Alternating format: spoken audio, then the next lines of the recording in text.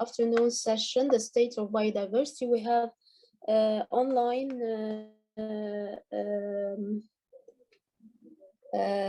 Mr. Levis Kavaji. He's from Kenya, and he's a regional coordinator for ecosystems and biodiversity at the UNEP since 2016. He's expert at both integrated water resources management and natural resources management. He will talk to us about the biodiversity situation in Africa right now. Please, Mr. Kavachi.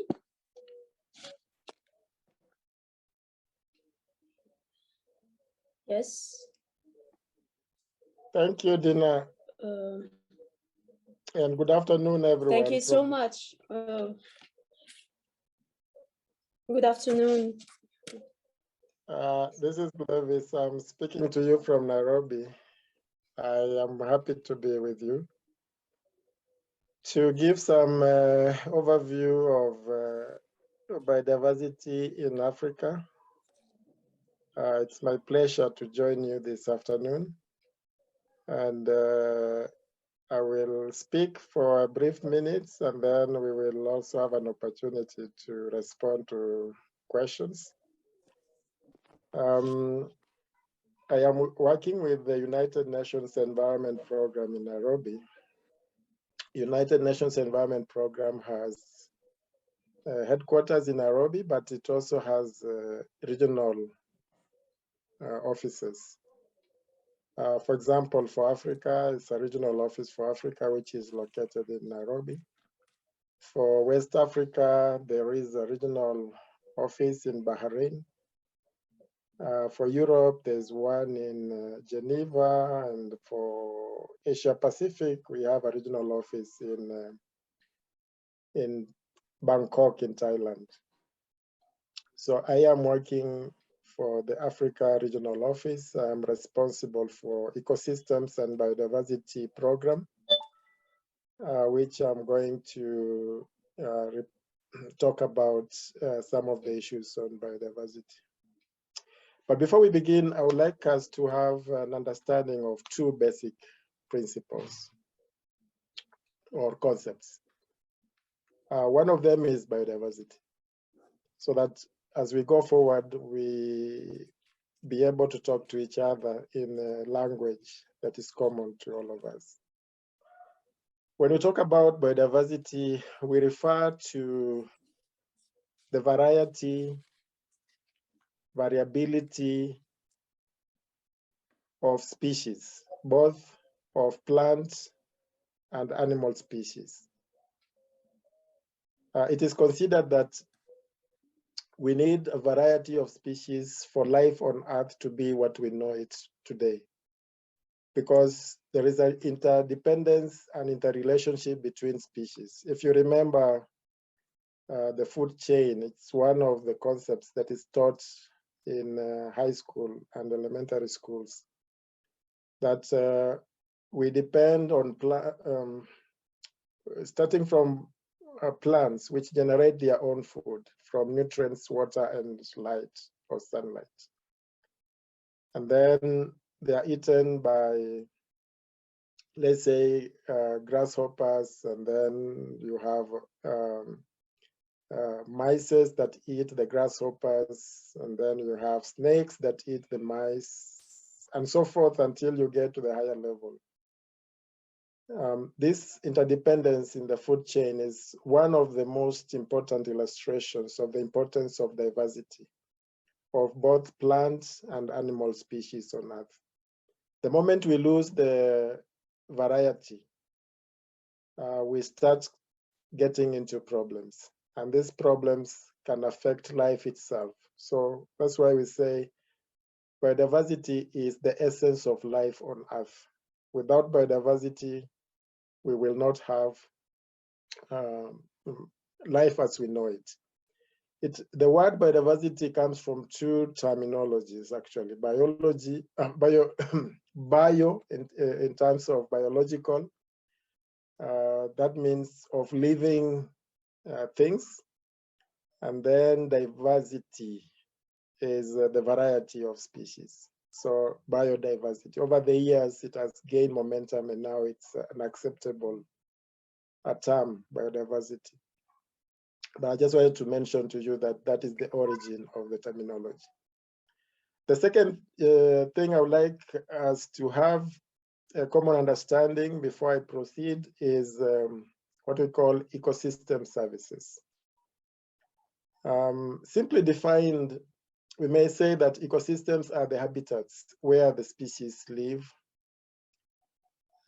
It entails a variety of species and the interaction between the species. We can talk about different types of ecosystems. For example, those that are found on land, we refer to them as terrestrial ecosystems. Those that are found in oceans as marine ecosystems, and those that are found on land but in waters, we call them the aquatic ecosystems. So in an ecosystem, you'll have species of plant and animals that have established a special relationship within the confines of a region. You could have a forest, for example, or you could have a marine area. And in this marine area, you find special interactions and relationship between species. So when you talk about ecosystem services, we are talking about the benefits that accrue from ecosystems, from us, what we gain and what the world gains from having healthy and productive ecosystems. So when we talk about ecosystem management, we are talking about the ability of ecosystems to provide what we call supporting services, for example. What we have as soil erosion, soil formation, for example, photosynthesis, and the habitats themselves, the place where species live. These are supporting services that we get, the benefits we get from ecosystems as supporting services. So there are four categories. The first one I'm starting with is supporting services. The second one is provisioning services. In this category, we have food that we get, and it's important to appreciate that. And how we get the food. For example, pollination is an important aspect of food production. And for you to have pollination, one of the major routes of pollination is by animal pollination.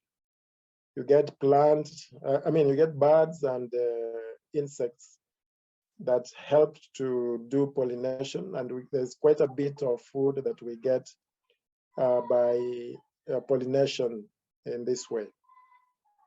Clean water is a provisioning services we get from ecosystems. And we can also go to wood and fuel that we use in different forms that we get from ecosystems. There are the third category of ecosystem services is what we call regulating services. There's a natural way in which, for example, the earth cools itself. There's a natural way in which the earth, together with the vegetation, controls flooding. For example, if you have a forest ecosystem, it helps the water to percolate, to permeate inside the earth, rather than run off and become floods downstream. And that flood control is one of the services we get from ecosystems. When you talk about water, potable water, we know that wetlands are very good and very important in terms of provision of purifying water for us to be able to take potable water. And then last, the fourth category, but not the least, is cultural services. where recreation, for example, the satisfaction we get when we interact with nature, like when you do a walk in a nature trail, that satisfaction you get, or when you are at the coast on the beach, and the satisfaction you get by enjoying the scenery and the ambience on the beach is a service that we get from nature, from ecosystems. But we also remember that there are some areas of ecosystems that communities use for their own interaction with their faiths, for example. And this is an important aspect, so that we group under the fourth category of cultural services, the category of cultural ecosystem services. So these two concepts then will help us as we go forward, so that we talk the same language. I just want to recap on that the first one is biodiversity, where we talk about the variety of species and the dependence between species. And the second one, where we talk about the benefits that we accrue from ecosystems. And this we call ecosystem services. And I have mentioned 4 categories of ecosystem services: provisioning, supporting, regulating. These are some of the categories of ecosystem services. So in Africa, what's the assessments that have been undertaken by different assessments have been undertaken to understand the nature, the variety, the abundance, and the status of ecosystems in Africa. And this pointed to the fact that Africa boasts of a rich endowment of biodiversity in terms of plants and animal species, but also in terms of the types of ecosystems. We talk about mountain ecosystems, coastal and marine ecosystems. We talk about forest ecosystem. We talk about arid and semi-arid ecosystems. A variety of ecosystems exist in Africa, and the species that are found there are in abundance. So this is a fact that has not been disputed. And if you read, even going back to Agenda 2063, the heads of states of African nations realized that the abundance of nature in Africa can be a source of transformation for the continent. When we talk about ecosystem services, and that's why I introduced that concept, is that there are many economic and social benefits or processes that are related to nature, to variety of species and ecosystems that we take for granted. And that's why in Africa, the African Ministerial Conference on Environment has continued to emphasize the importance of us looking at nature and the endowment that we have in Africa as natural capital.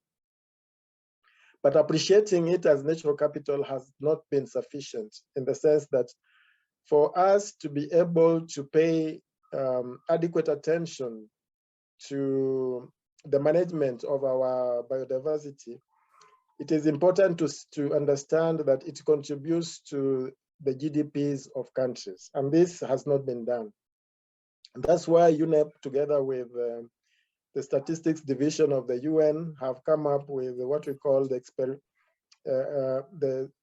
a method of environmental statistics, environmental economic statistics, or ecosystem economic statistics system, which will help countries to be able to account for what the contribution of nature to their GDPs.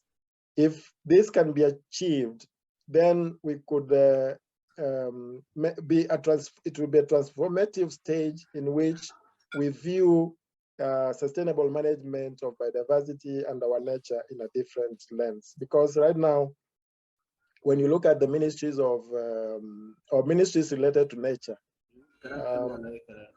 they have very little funding that goes to them, and that's because there is little appreciation of nature. So we take it for granted. So we have an abundance of species. We have an abundance of different types of ecosystems, but we are facing a problem. And the problem is that the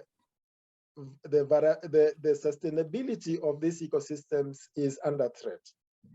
The sustainability of these ecosystems is under threat because we are not taking sufficient making sufficient effort to be able to conserve. There were what we called the Aichi targets, which were not met. And I will not go into those, but if you look at the Aichi targets, which were agreed 20 years back, we were supposed to be, by 2020, we were supposed to have attained a certain change in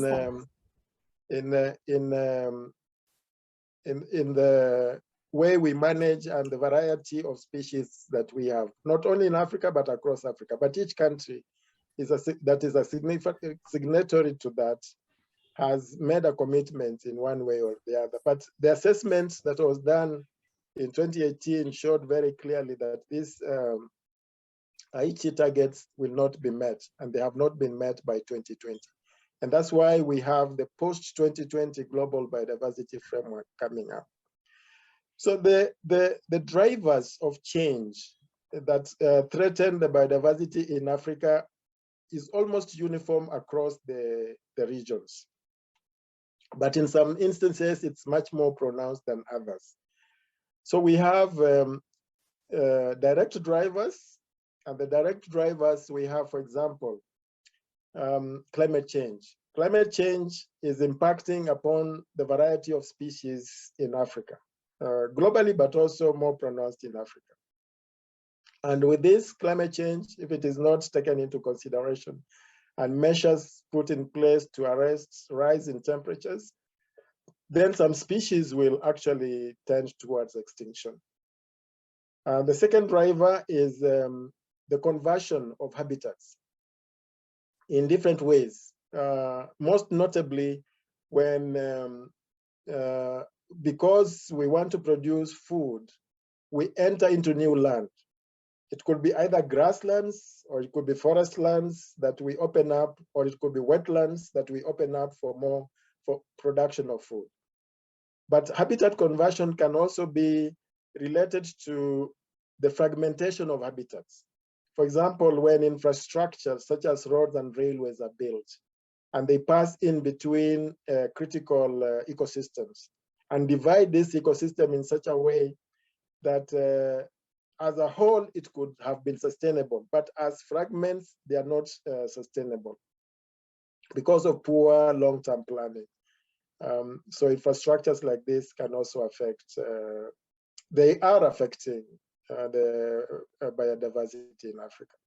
The third is over-harvesting or over-exploitation.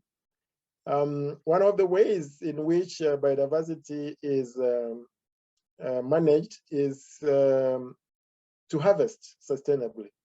But in some instances, it is harvested unsustainably. It's over-harvested. For example, a very good example is fish stocks in marine environment. When fishing, the rate of fishing, of removal of fish from marine environment is higher than the rate of reproduction of the fish communities. Then you find that you face extinction of some species. And remember where we started from, that biodiversity is related to food chain. When you break that food chain, then some species in between will fall out and they become extinct. And if they become extinct, then we go into that vicious cycle of unsustainability. So I've talked about climate change. I've talked about habitat conversion. I've talked about over-harvesting. Then the fourth one is pollution.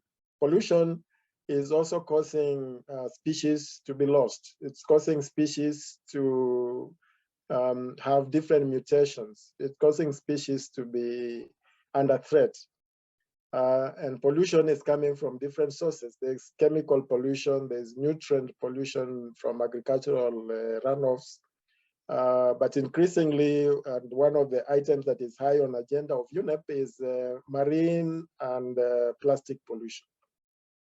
The pollution, the litter that we find in the marine environment and aquatic systems is increasingly becoming alarming, and there is need to address this problem. So you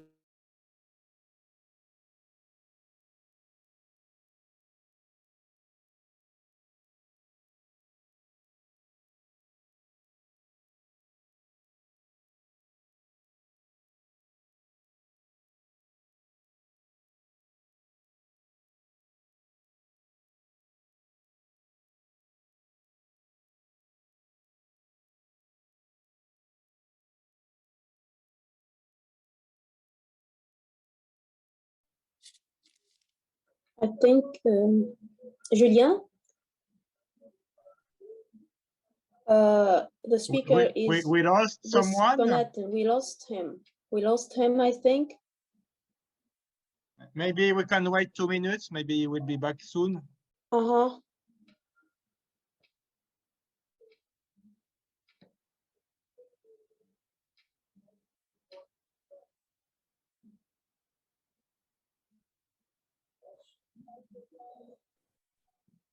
We'll wait 2 minutes. If he's not here in 2 minutes, maybe we could ask to Timothy if he's online to begin, but in 2 minutes, let's him a chance. The next before. speaker, but he didn't.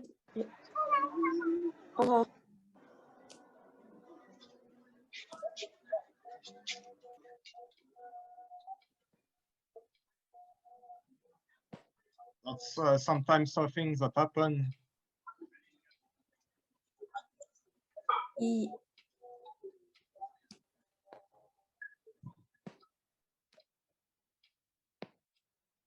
I think we lost him.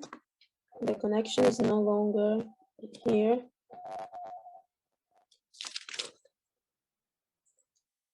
Sorry for that.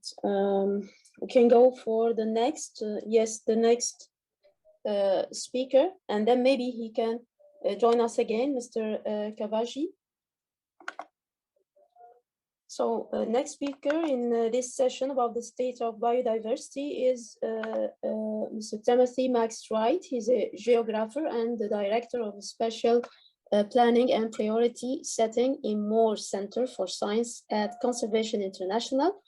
And he actively involved in group on Earth. Our friend is back. Our friend is back. Mr. Kavaji? Davis Kavagi is back. Sorry for Tim. We will let Mr. Kavagi end his presentation before. Okay, sorry, Mr. Sorry, I got. Okay, but I cannot see him. I lost. Yes. I lost my connection because of a power blackout. I'm so sorry. No problem. No problem. You can continue now your intervention. Thank you. So I have talked about the drivers of biodiversity change, climate change, habitat conversion. I've talked about pollution. I've talked about overharvesting of species. And then invasive alien species, species that come from other places and become aggressive where they have been introduced. They tend to dominate the places where they have been introduced. They can be plant species, they can be animal species, they can be in aquatic species, they can be terrestrial species, and there's a common one.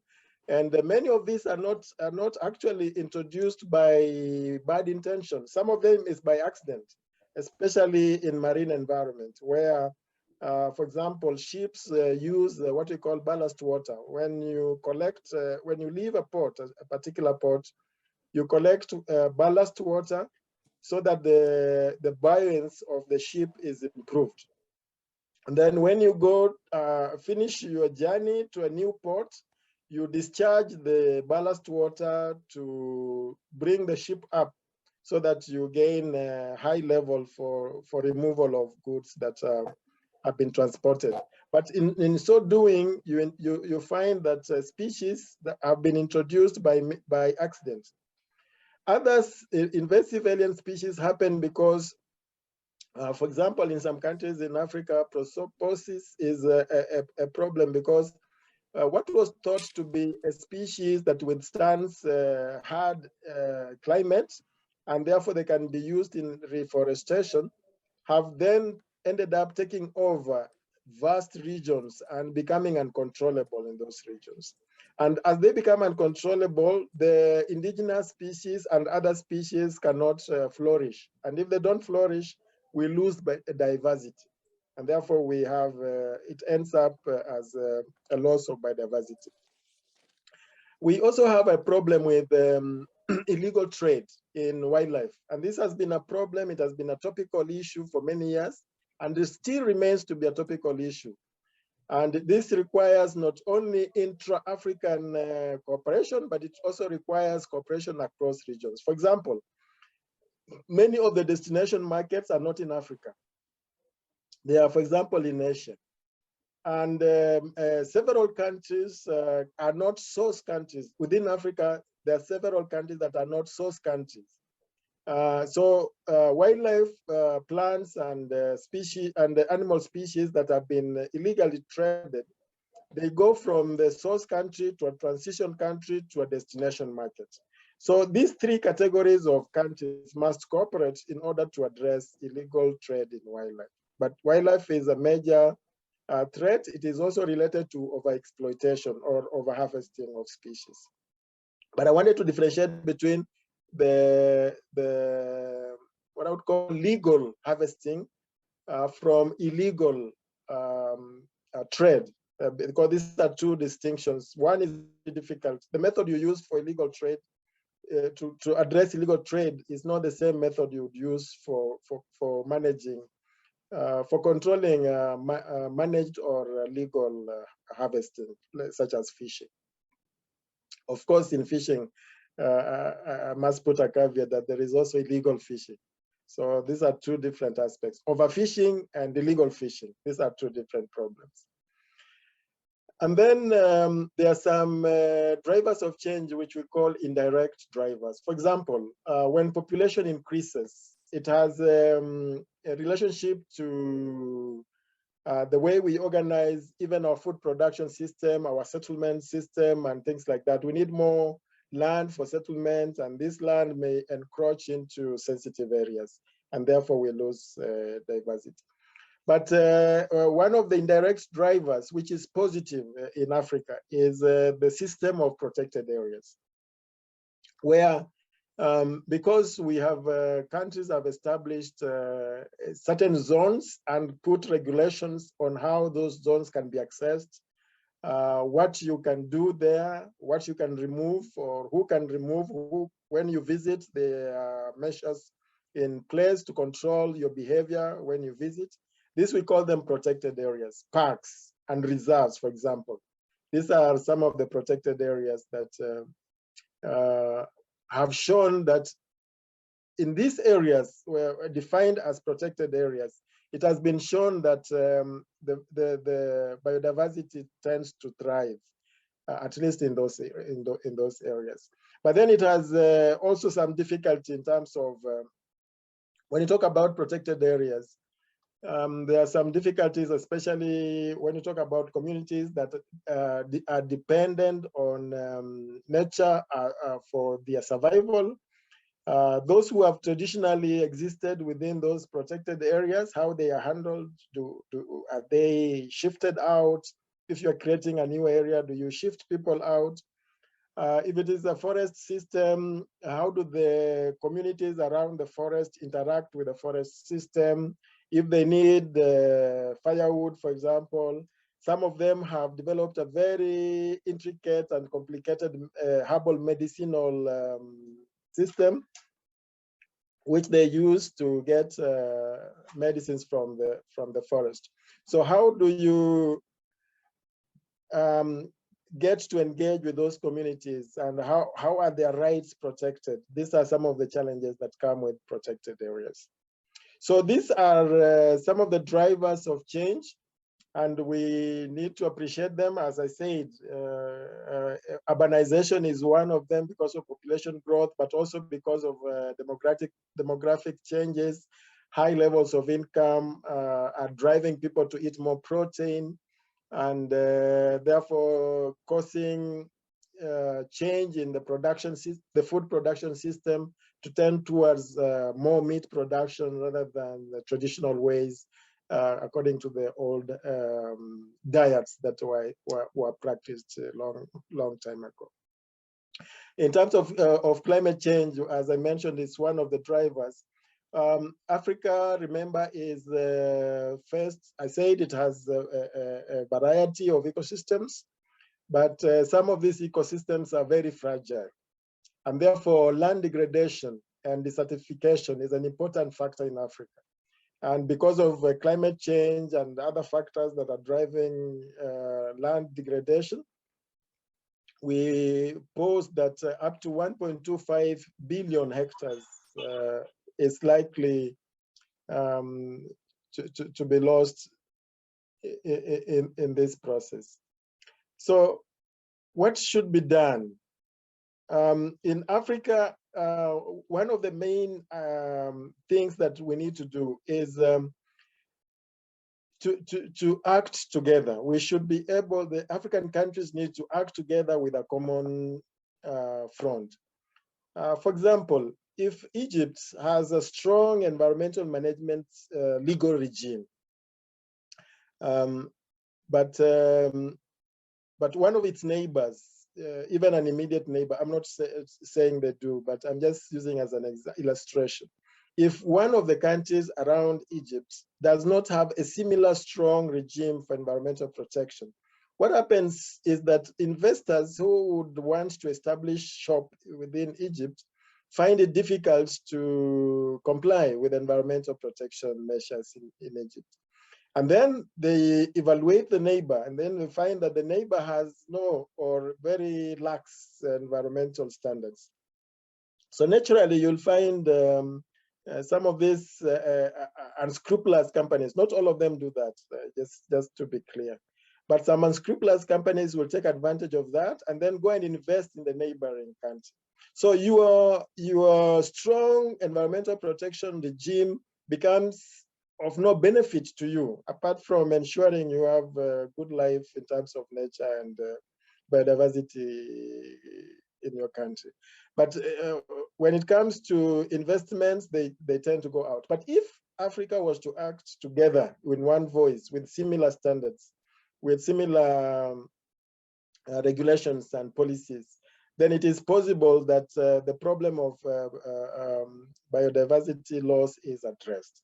Secondly, many years have gone by where our researchers did their research, and for them to earn their PhD and high-level qualifications, they had to publish papers. These papers were being published in journals, international journals. For you to be able to publish your research, especially if you are in the bio field or in the scientific field, you are required to also submit the data set that supports your conclusions and findings so that they can be verified by reviewers. This is one way. The other way is that even as Africa was still reorganizing itself scientifically, some foreign researchers and companies ventured into Africa, collected samples of different genetic materials, and they have taken it into foreign databases. These genetic materials have now turned from being physical to being digital. So you sequence, let's say, you sequence the DNA of a particular genetic material, and you understand how it is constructed, and then you record that, you have it recorded in a digital format. Next time you want to regenerate such a material, it's possible for you to do artificial engineering to be able to get a similar material without now going back to the source of that genetic material. Within the conservation of biodiversity in Africa, one of the protocols is called the Nagoya Protocol. The Nagoya Protocol aims to control access to genetic resources and the benefit, and defines how the benefits accruing from the commercial products developed from those genetic materials can be shared between the company, for example, who made the product, and the country where the material was generated, and the community who for many years have protected such areas where the genetic material was collected. Now, what we call digital sequence information is one of the challenges that is posing to compromise the ability of communities and countries to be able to benefit from products that have been generated from materials that have been sourced in Africa. It's not a problem limited to Africa, but it's a problem that Africa is experiencing. Having talked about that, is that the other challenge is, even as I mentioned about protected areas having positive influence on biological diversity. But these protected areas, they need financing to patrol, to manage, you have to invest human and financial resources to be able to develop them, if you're doing tourism, to be able to develop the infrastructure for tourism. But who is paying the cost of conservation? This is a big question. If you want conservation for conservation's sake, without taking into consideration who is going to pay for the cost of conservation, then you get a big challenge. That's why Africa currently, in the discussion on a new framework, a new regime, or a new ambition on biological diversity, is taking into consideration the cost of conservation. How should conservation be paid for? Last but not least is that, as I mentioned, we had an ambition that by 2020 we will have achieved certain changes in nature, and especially in biological diversity. But this target we have missed. And now, because we missed them, the countries have agreed to come up with a new regime, what we call the post-2020 global biodiversity framework, post-2020 GBF. The discussions are ongoing. It was expected that by 2020, we would have agreed on a framework, but because of COVID and the inability of countries to be able to meet face-to-face and discuss this, it has been postponed until next year. This year, we had the online version of the high level of the Conference of the Parties, which took place in China, in Kunming. And a declaration was issued, and some pledges were made there. But they are insignificant when you take into consideration the current pledge vis-a-vis the financial need across the world, and in Africa in particular, that are required to be able to attain sustainability in biological diversity. So the global biodiversity framework that is going to come into effect, hopefully in April next year, is going to give us a new ambition on what we need to work towards going into the new decade going forward. But in that context, just to mention in passing is that the UN General Assembly adopted the UN Decade on Ecosystem Restoration in realization of the importance of the problem that we are facing now. We have a crisis, so to speak. Millions of species are under threat globally. So this crisis, unless we address it, it's going to turn into a major, major calamity. And so the UN Decade on Ecosystem Restoration is calling upon countries to put into place measures to enhance the restoration that has been undertaken before, but to come up with new restoration measures to address the loss of biodiversity and the loss of nature generally. For Africa, what has happened under the leadership of Egypt, when Egypt was the president of the Conference of the Parties, the 14th Conference of the Parties of the Convention on Biological Diversity, Africa, through the African Ministerial Conference on Environment, has adopted what we call the Pan-African Action Agenda on Ecosystem Restoration. The Pan-African Action Agenda on Ecosystem Restoration is the commitment by Africa to implement the UN Decade on Ecosystem Restoration. So this is one of commitments among many that Africa has made to be able to address the problem of loss of nature and the loss of biodiversity. Thank you very much, and sorry for being disconnected and taking a longer time. My pleasure to be here. It's okay. Thank you so much, Mr. Kavaji. Thank you for your presentation of the state, biodiversity state in Africa. Just I have a question. Are you optimistic about the results, whether on the level of African Union of African States or the United Nations till April 2022 to save biodiversity in Africa?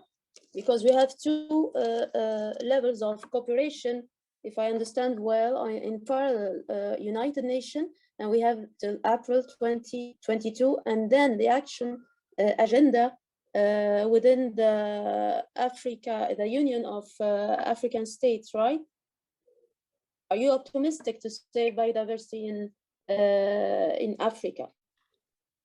Thank you. Despite all difficulties. Thank you for the question. Just to clarify, maybe I was not very clear. 2022, next year, is when the new commitment on global biodiversity framework will be agreed upon. There is a draft currently. It's going to be discussed in January in Geneva, and then sometimes in February, and then finally in April in China, to come up with a new commitment for the next 10 years. What needs to be done and what needs to be achieved, the targets and goals for the next 10 years, starting from 2020. This will take over from what the countries had agreed upon to do by 2020. They agreed in 2010 to do certain things. If you look at what we call the Aichi targets, the Aichi biodiversity targets, this they agreed upon in 2010 that they needed to do certain things and get to the goals by 2020. They did not. Across board, they did not. So what is going to be agreed in April is a new commitment on biodiversity, a new commitment that countries are making that will now stretch from 2022 for the next 10 years that have to be achieved in the next 10 years. And then the second thing, which I think you are mentioning, is what I mentioned, that there is a UN Decade on Ecosystem Restoration that was passed last year, and it is starting 2021 to 2030. As one of actions that the UN member states have taken to be able to address the problem of nature loss. And as they were doing that, Africa made a commitment in terms of the Pan-African Action Agenda on ecosystem restoration, also starting from 2021 to 2030.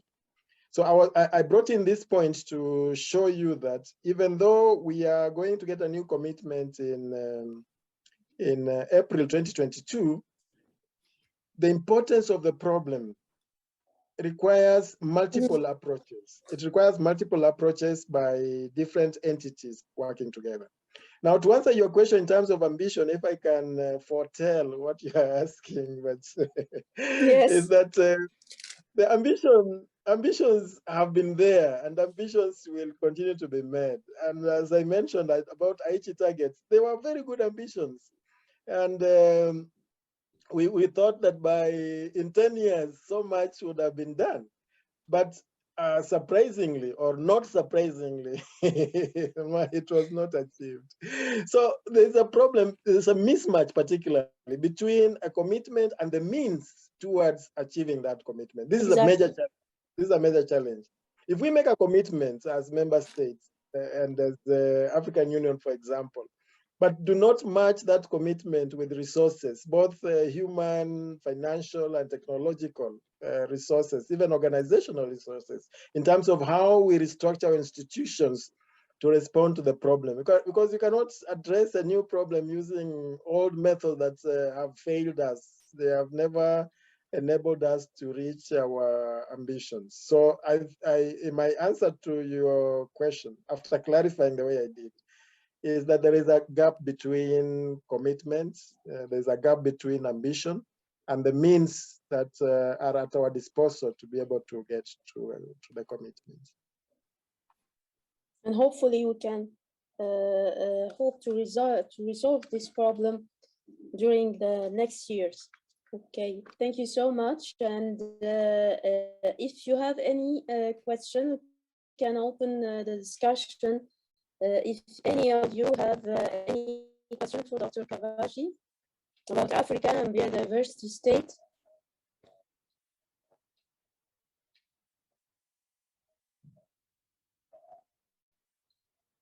Any questions?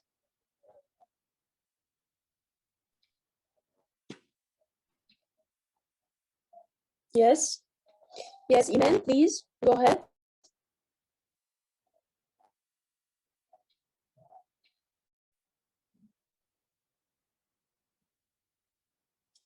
And Ahmed Sabalil, yes, go ahead, Iman, please.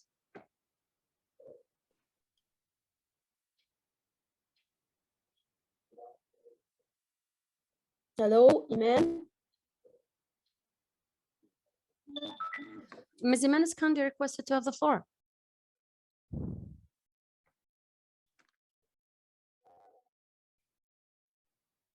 Iman? Okay, go ahead, Ahmed.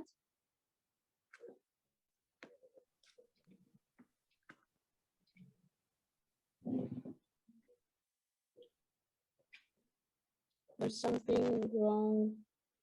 The microphone is cut. There's something wrong with the sound, maybe because I have two questions here. Yes, Iman, please go ask your question.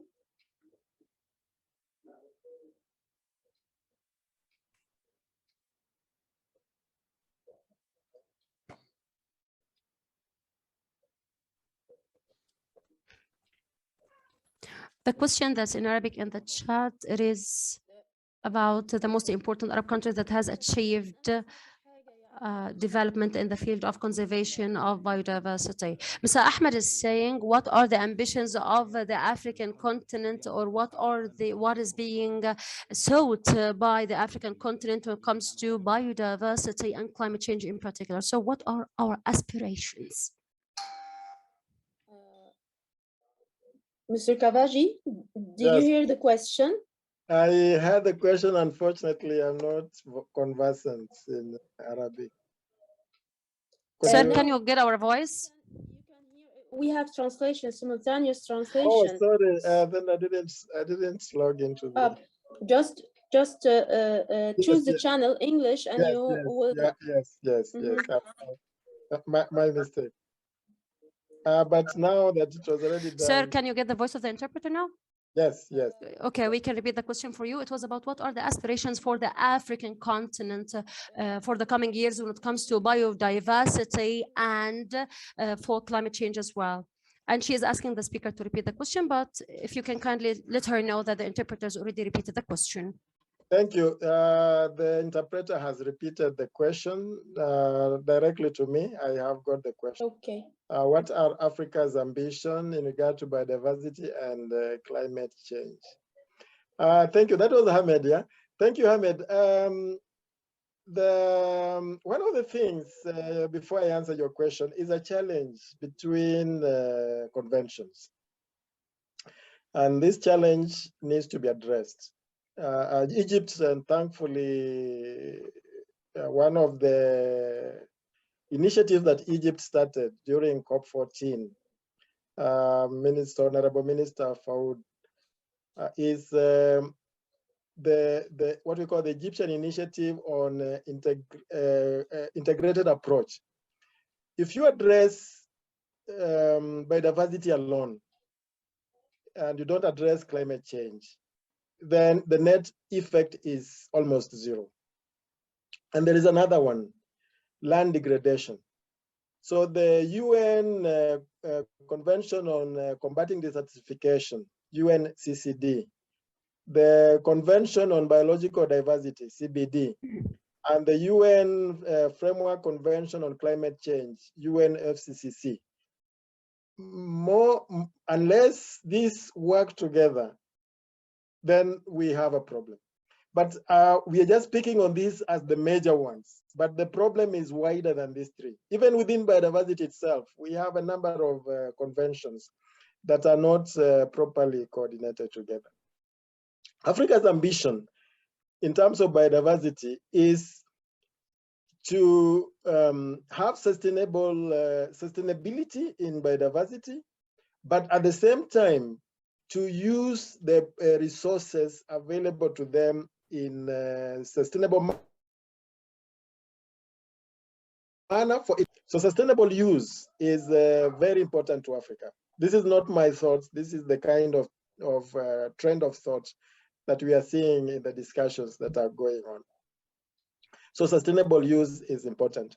Second, what I mentioned, how do we pay for conservation? If you put conservation as a pure state, who pays for conservation? So one of the ambitions that Africa has is to set up a fund that ensures that biodiversity, wherever it is adequately protected, but for Africa, protected in the sense that there is sustainable use of biodiversity. Three is what I mentioned about digital sequence information.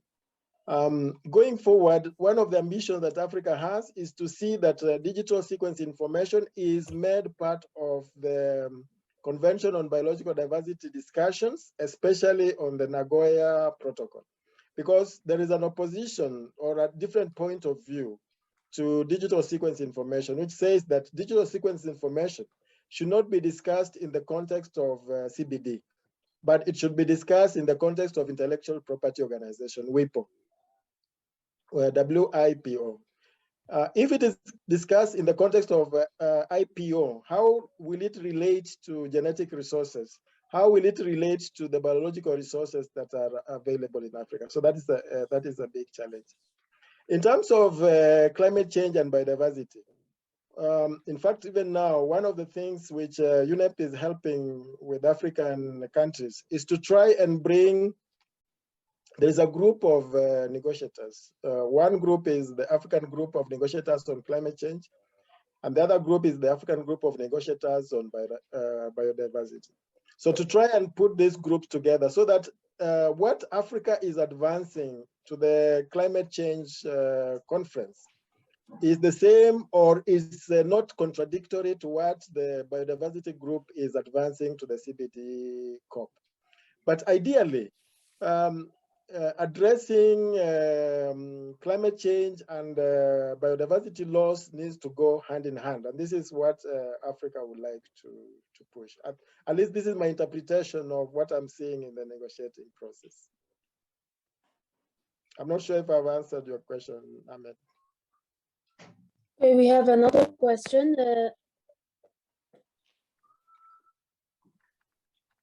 Iman?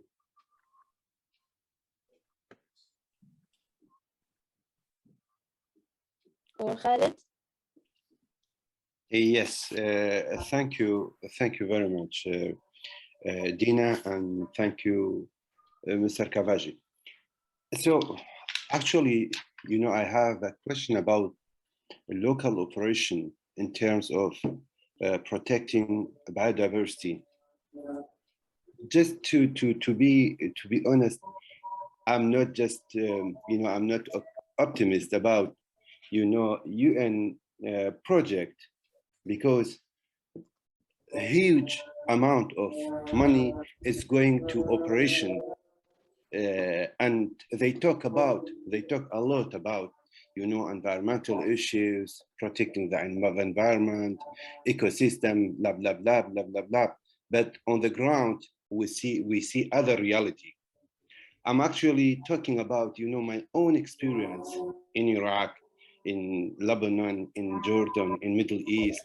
And when I see, you know, the reality, and when I hear about UN project in Iraq, is two different things. That way, I'm curious to know about more about local operation, local community. What about innate culture to protect biodiversity in Africa? And what to be done by media to build a strong bridge between locals, scientific side, and decision makers. So we are suffering. I'm sure we are suffering in Iraq, in Middle East in general, North Africa and West Africa, because I was in North Africa too. I was in Senegal and Mali to cover environmental issues. So we have some reality. We have similar things, similar challenges in all these regions. So I would like to know from you about locals' effort to restore the biodiversity and prevent any kind of loss. Thank you very much. Thank you, Khaled, for this very important question. And your experience actually is true across the world. In those countries that you have mentioned, but importantly also across the world. And for example, UNEP is doing, especially realizing that we cannot get into all the different levels of government. One is appreciating that without environmental laws in countries, then we have a higher risk. So we have done quite a bit in Africa. From the time when we didn't have environmental protection agencies in most of the countries, now many of the countries, except very few, they have environmental protection agencies. But if you reflect back, you'll also realize that ministries of environment were not in existence by 1972. Now, 50 years down the line, ministries of environment are almost standard. Then the next level is where we have come into the lower notch of the next level of government and going down to community areas. I'll give you an example. One of the examples I used actually is that where you have protected areas like nature reserves and parks, the biodiversity is flourishing more than in areas where this system is not existing. But for many years, we have considered what are the legally protected areas and neglected what we call other effective conservation measures. Other effective conservation measures are, for example, measures that have been practiced for many years by local communities. By, for example, a nature of belief that there is a taboo on a certain species and that species can never be cut down if it's a plant, or that species cannot be caught if it's an animal. So we are coming up and promoting what we call other effective conservation measures. Measures which are not legally recognized as gazetted by governments, but which have been practiced by communities, and they have contributed to the sustainability. It could even be the sustainability of a single species. It could be a sustainability of multiple species, but the measures themselves have to be recognized and they have to be promoted. Third, the systems of management that we are coming up with. I mentioned about forestry. What we are promoting also is to come hand in hand as a forest management approach with the community participatory forest management engagement. So the communities are registered and they are recognized and their rights are protected to be able to interface with the forest areas. But your question on bureaucracy, I think, is a big question. It's a question that is challenging, more challenging than UN itself, because in my experience, when a decision is supposed to be adopted, it is debated by member states. And whereas the science may have pointed to a certain action being, suggesting a certain action being taken, you will find that the negotiations between member states end up with in a particular decision. And this, to me, I fully agree with you, is where bureaucracy now becomes a hindrance to action. But in terms of action on the ground, and specifically to CBD, Convention on Biological Diversity, indigenous and local peoples is one of the strong pillars of and objectives of the convention. And we promote it, and we even engage the indigenous and local peoples when it comes to important decision-making processes, both globally in Africa and also within the sub-regions, but also at the country level. So there are multiple projects that are ongoing, but one thing we need to appreciate is that the challenge with the environment is that an action cannot give you results in 5 years. Unlike education, for example, immunization. If you set out to immunize children, you have 300 targets. By the end of the year, you can sit down and say, we have achieved 250 targets against 300 targets. But with the restoration, for example, the effort that goes in for the next 10 years may not yield much. It could, the impact could be yielded 20 years later. This is one of the challenges that we have with environmental issues. For Iraq, for example, UNEP has done quite a bit on marshlands, restoration of the Iraqi marshlands. I can share this information with you, and it will show you how over 20 years, maintaining the effort over 20 years, then you start seeing the results of that effort. And if but sorry to say that we are in Iraq, we are going to lose marshlands. I'm sorry to say that. Yeah, yes, I agree with you. The extent also, my example is not covering the whole Iraqi marshlands. And that's why I'm saying that with environmental issues, first of all, the extent, and then the commitment. You have to be committed there for many years. So the funding that you require to cover the full range of marshlands is huge, is very huge. And it's not just funding that will go there in 1 year. You have to have this funding continuously available for at least 20 years. And that's why one of the most approaches we are advocating for is the protection approach.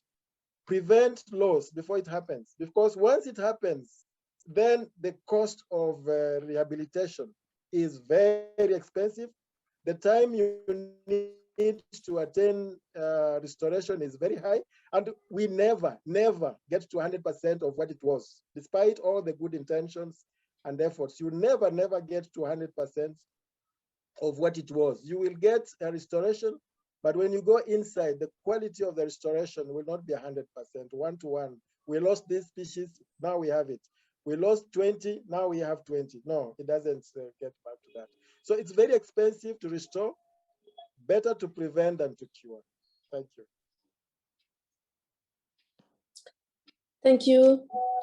Thank you so much, Mr. Kavaji.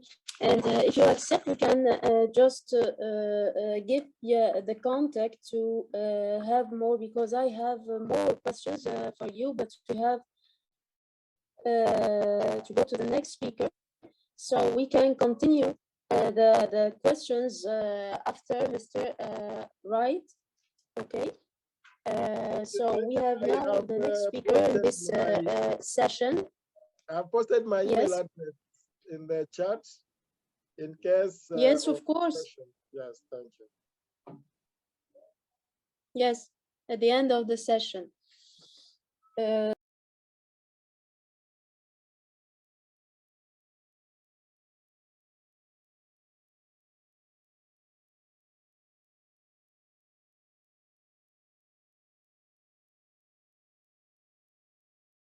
So I invite now to our next speaker, Timothy Max Wright, geographer and director of spatial planning and priority setting in Moore Center for Science at Conservation International.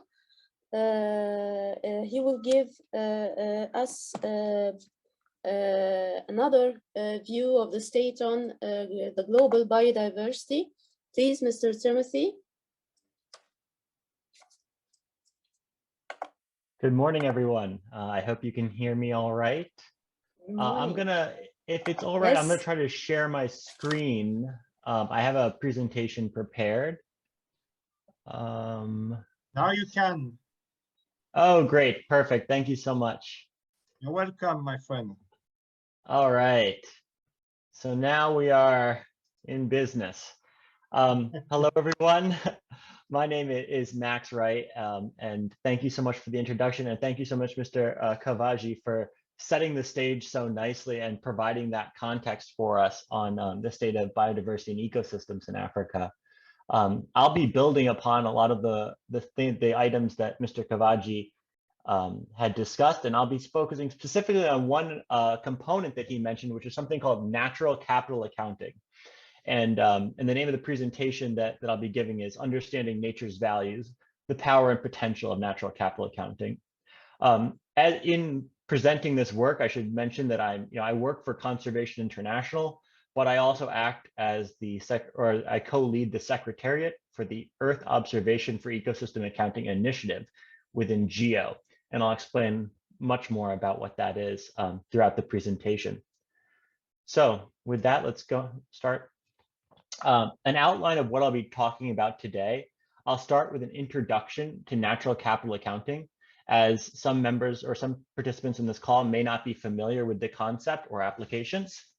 Then I'll talk about the United Nations system of environmental economic accounts, and specifically the ecosystem accounts, which is the new statistical standard that Mr. Kavaji mentioned during his talk. I'll then discuss the Group on Earth Observations, which is a global organization of space agencies and member countries. And within that organization, specifically the Earth Observation for Ecosystem Accounting Initiative, which I co-lead. And then finally, I'll bring it all together about how this principle of natural capital accounting and ecosystem accounting can help us to envision a pathway towards sustainability into the future. So we'll start with the plea for natural capital accounting. This is a quote from James Boyd from Resources for the Future.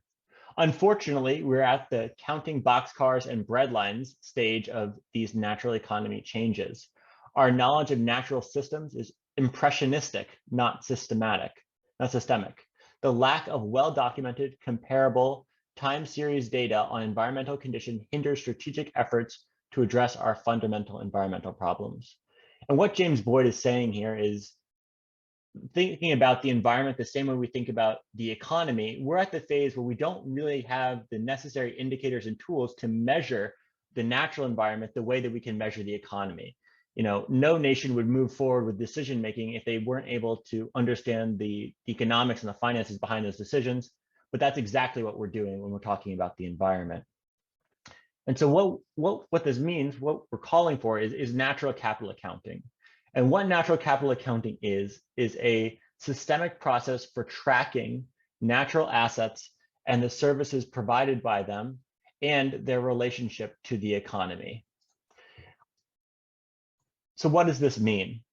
Essentially, what natural capital accounting does is it measures the value of ecosystems, which would be the stocks, and the services they provide, or the flows of benefits from ecosystems. Or as Mr. Kavaji mentioned in his talk, the ecosystem services. The accounts then integrate this information into an accounting system that's compatible with the systems that governments already use, the economic systems that are already commonly used for decision making.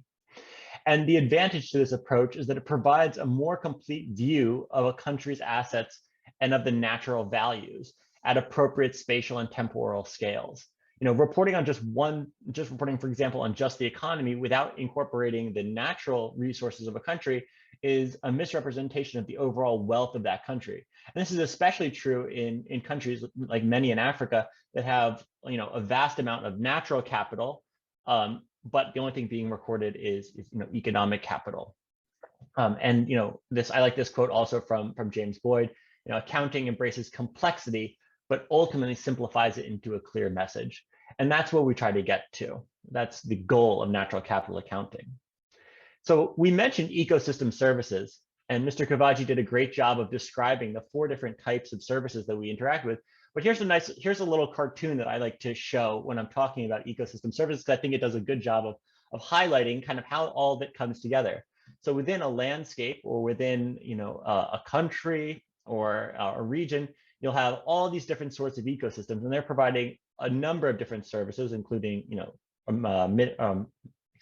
regulating our carbon cycle, creating habitat for biodiversity, reducing sedimentation for quality or for higher water quality, providing scenic beauty and other cultural services, as well as providing food and through pollination, pest control, and healthy soils and healthy waters that we rely on.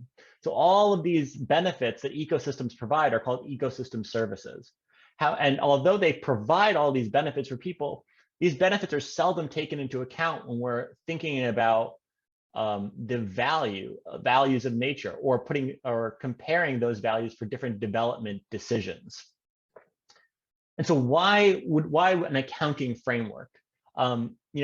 There's been many assessments and research done around valuation of ecosystems and ecosystem services.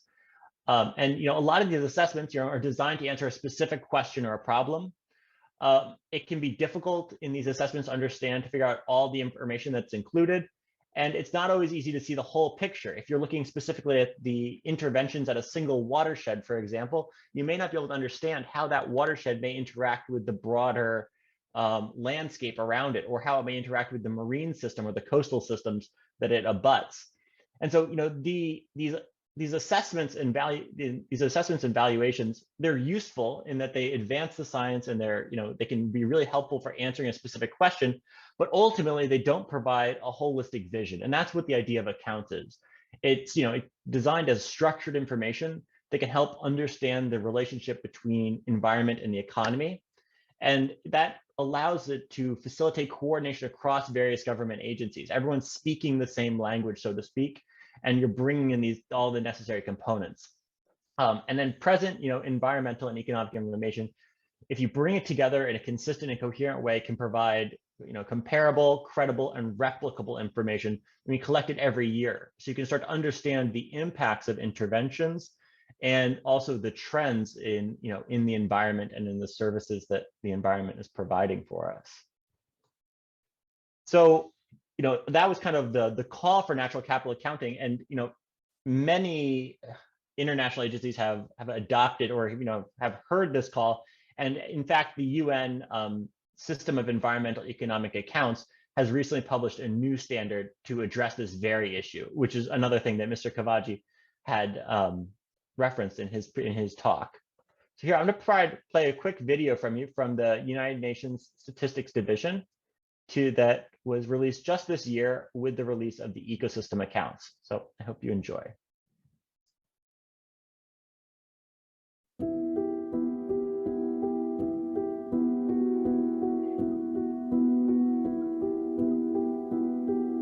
They say the best things in life are free. Feeling beach sand on your toes, watching a spectacular sunset, a hike in the forest. From the clean air we breathe to the food we eat, we've always treated nature's resources as endless and free. Today, we are paying the price with climate change, pollution, and mass extinction. For the past 75 years, we have been measuring our success and well-being in the dollars and cents of the gross domestic product, GDP, while letting nature pick up the tab for our pollution, deforestation, and degradation. This year, we begin to change all that. The UN Statistical Commission is set to adopt a new framework to go beyond GDP and to finally make nature count. With this framework, every country on Earth will be able to measure their natural capital and understand the immense contributions of nature and the importance of protecting it. The framework will help policymakers realize that forests mean more to us when they are healthy, that it makes more sense to protect our planet for tomorrow than to cash out today, and that fresh air, clean water, and a livable climate are not infinite and need our care and protection. Watch closely as we begin to make nature count.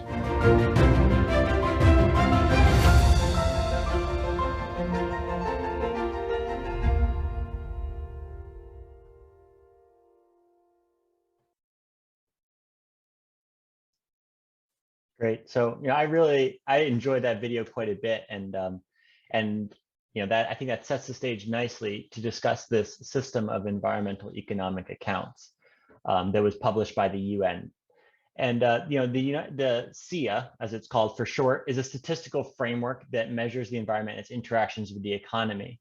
Part of this statistical framework was developed by international statistical agencies. So they brought together experts from the United Nations, the IMF, World Bank, OECD, and the European Commission, as well as a number of country agencies as well.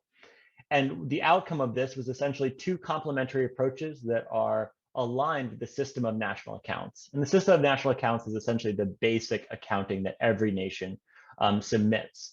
And what they've done is they've created these two additional systems. One is the Sia Central Framework, and the second is the Sia Ecosystem Accounts. And the Ecosystem Accounts was actually just ratified in March of 2020. So it's a brand new statistical standard. Now, to think about these two different elements of the Sia, it's one environment with two perspectives. The central framework really looks at the assets, natural assets, timber, water, fish, in biophysical and monetary terms. The ecosystem accounts on the other side look at the services, the ecosystem services that natural assets or natural ecosystems provide. So for example, the forests that are providing flood control or flood regulation, they're looking at that service. What's the value of flood control? Or for example, rivers that are providing fresh drinking water, what is the value of those ecosystem services? So there are two different ways and complementary ways to look at the environment. I'm going to focus for the rest of this talk primarily on the ecosystem accounting framework. So, kind of thinking about ecosystem accounts, this is the basic overview of what that ecosystem accounting framework looks like. And primarily it falls into two categories, the physical and the monetary accounts. The physical accounts begin with looking at the extent and condition of natural ecosystems and how that extent and condition relates to the supply of ecosystem services and then the use of ecosystem services by people or by the economy. And then there's a number of different valuation techniques that environmental economists use that take that supply and use of services and convert it to monetary values that can be integrated within the accounting systems that governments use for reporting on economic activities. So what does this all look like? How does it all fit within society? And this is a nice, I really like this graphic that was produced by the UN Sia that looks at the conceptual structure of the ecosystem accounts. And essentially you have the environment and you have society, and those two interact. Within the environment, you have your ecosystem assets, which is, as I mentioned before, the extent of ecosystems and the condition of those ecosystems. And those ecosystem assets provide ecosystem services to the economy that are used for production or consumption.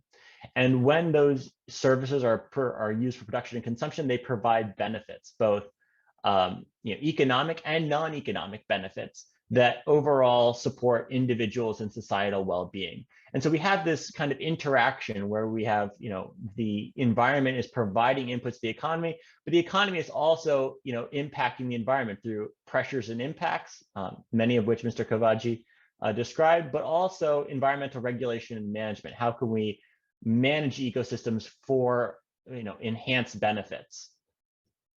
And kind of all of this kind of comes together. This interaction plays out, kind of across our society, and bringing in, and really what the ecosystem accounts seek to do is connect these two components so that the environment is kind of part of the economy and part of society as we're making decisions.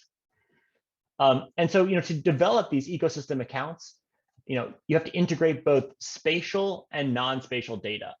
So ecosystems, are very different and function differently depending on where they are. فإن الأشخاص فإنهم يتصرفون بشكل مختلف than an inland ecosystem. And even, within the same ecosystem type, depending on where that ecosystem is, it may have very different functions and provide very different services. Therefore, ecosystem accounting needs to manage spatial information. So it relies a lot on, understanding where ecosystems are, where the benefits or where the services are being, produced, and where they're being consumed. And this is, a little different than a lot of the traditional statistical methods, which tend not to be spatial. When we talk about ecosystem accounting, it's a highly spatial.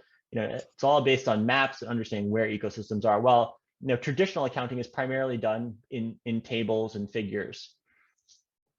And so that brings us kind of to our next key challenge here, is that how do we collect the spatial information that we need and make it available to the people who are developing accounts and to decision makers so that they can use it for their work. And this is where, organizations like the Group on Earth Observation come in. And that's one reason why the Earth Observation for Ecosystem Accounting initiative was created. So, what are Earth observations? Earth observations are data and information collected about our planet, whether that's relating to the atmosphere, the oceans, or the land. And this includes things like satellite imagery, space-based or remotely sensed data, as well as ground data from weather stations or in situ data on biodiversity from field plots or camera traps, or pretty much any other sensors on or around the Earth. So essentially, Earth observation encompasses all the different tools and methods that we have for observing and understanding and measuring our environment. So GEO, the Group on Earth Observations, is an organization that's a collection of member countries. It spans 7 continents, has 112 member countries, over 130 participating organizations. That's both private and public organizations that are participating in GEO, 15 associates, over 7,000 different data providers, and over 60 work programs and activities. And the work programs and activities, that's really how GEO does its work. It organizes itself around these work programs, and then experts from all the different member countries and organizations can participate in these work programs. And there are many, very well-developed GEO work programs. GeoBond, the Biodiversity Observation Network, is one of the most famous GEO flagship programs, but there are many others as well. GeoGlam, for example, works on agricultural issues. There's a GEO for Health, which looks at some of the health issues. There's freshwater, many different areas where GEO works. So primarily around 4 societal benefit areas, and that's climate change, biodiversity, sustainable development goals, and urban resilience. GEO's been around for over 15 years, this organization. And in that time, they've made over 400 million Earth observations. I'm not actually sure how that number was calculated, but it is a collection of all the different space agencies, all the different institutions that are collecting this sort of information. And what I'd like to talk about today is one initiative within GEO, so one work program, and that's the Earth Observation for Ecosystem Accounting. And the purpose or EO for EA for short. The purpose of EO3A is to further the development and the use of Earth observation for natural capital accounting, consistent with the set of standards and guidelines put forth by the UN Sia, and specifically the ecosystem accounts. Now, our mission as an institution, or as an initiative, excuse me, is to document, pioneer, develop, and test methods and tools that allow Earth observation technology to more effectively enable the widespread adoption of ecosystem accounting. And within EO3A, we have members from national governments, academic and research institutions, intergovernmental organizations, and NGOs. So it's a very diverse stakeholder group, and really drawing from both the accounting and the National Statistical Office community, as well as the Earth observation communities, and really trying to provide a bridge for those two communities to interact. And what is the role of Earth observation for ecosystem accounting? Why is this one of GEO's work programs? Well, the real underlying reason is that Earth observation provides reliable, consistent, and spatially explicit information that's collected over large areas. If you think about the suite of satellites that we use for monitoring the Earth, this is exactly the type of information that's necessary for us to do ecosystem accounting at scale. How do we scale up across entire countries, across entire regions, across entire continents to understand ecosystem accounting? We're going to need, information that's reliable, consistent, and spatially explicit. And then, developing methods and tools based on Earth observation also allows for scalability and compatibility. Now, if we can make the data and the methods that we use for ecosystem accounting interoperable, meaning that anyone would be able to look at the underlying information and use it for their analysis, what we do is we build upon this knowledge base, and it allows for scalability. So, if one country has developed an ecosystem account for a particular ecosystem service, and they've used Earth observation data, and they've made their methods and data interoperable, another country then can take those methods and apply them to their geography using similar input data sets to develop ecosystem accounts. And by this way, countries can help each other and to build more robust accounts more rapidly based on Earth observation.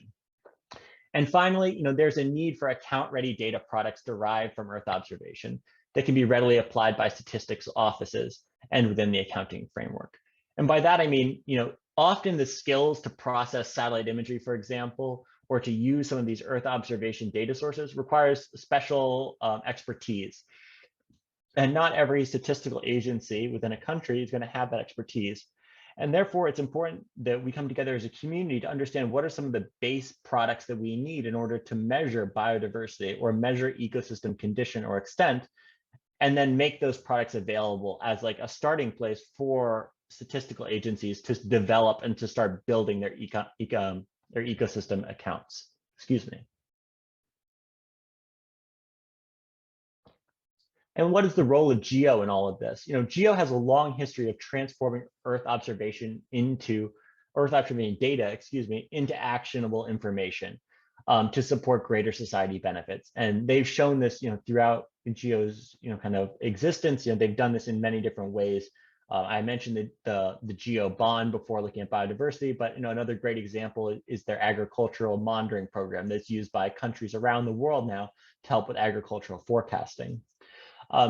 GEO is also a producer and a curator of Earth observation data, and platforms like the GEO Knowledge Hub can be used to generate information that's relevant and readily usable by NSOs. So, it creates a place where we can actually store this data and make it so that other countries can use the data. And then finally, as I mentioned before, there are many different GEO work programs, both flagships and initiatives that are already developing data that's useful for accounting. I keep going back to GEO Bond, but they're developing a number of Earth observation-based indicators of biodiversity that are immediately useful when we think about ecosystem accounting. And what GEO can do is help us synthesize that information so that it helps to support the development of accounts. All right, and finally, let's kind of bring it together. How does this help us to envision a pathway for sustainability? Since the ratification of the Sia in March 2021, over 40 countries have started to develop ecosystem accounts, And with this ratification, there's been actually an increase, and a number of other countries are starting to join in as well. And the United Nations, Sia has started to develop an outreach program to encourage the adoption of these accounts. And so you can see from the map here, there's widespread growth in these accounts, especially in the Americas, Europe, and Southeast Asia. And there's, I'd say, right now, a need for more ecosystem accounting within Africa and the Middle East. Not to say that there isn't actually a strong foundation there. The Gaborone Declaration of Sustainability in Africa identified natural capital accounting as one of its key interventions for sustainability. And so, I expect that there's going to be a number of additional countries over the next year or two who will be starting to develop and publish accounts.